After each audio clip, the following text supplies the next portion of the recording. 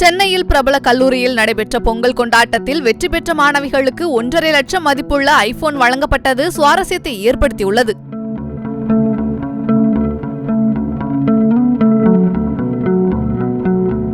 தைப்பொங்கலை முன்னிட்டு சென்னை மதுரவாயலில் உள்ள பிரபல மருத்துவக் கல்லூரியில் பொங்கல் பண்டிகை வெகு விமர்சையாக கொண்டாடப்பட்டது. மாணவிகள் பாரம்பரிய முறைப்படி மண்பானையில் பொங்கல் வைத்து கொண்டாடினர். அப்போது சிறப்பு விருந்தினராக கலந்து கொண்ட அக்கல்லூரியின் நிறுவனரும் பாஜக கூட்டணி தலைவருமான ஏசி சண்முகம் சுமார் 1.5 லட்சம் மதிப்புள்ள ஐபோன், 75 இன்ச் ஆண்ட்ராய்டு டிவி உள்ளிட்டவை பரிசாக வழங்கி உற்சாகப்படுத்தினார்.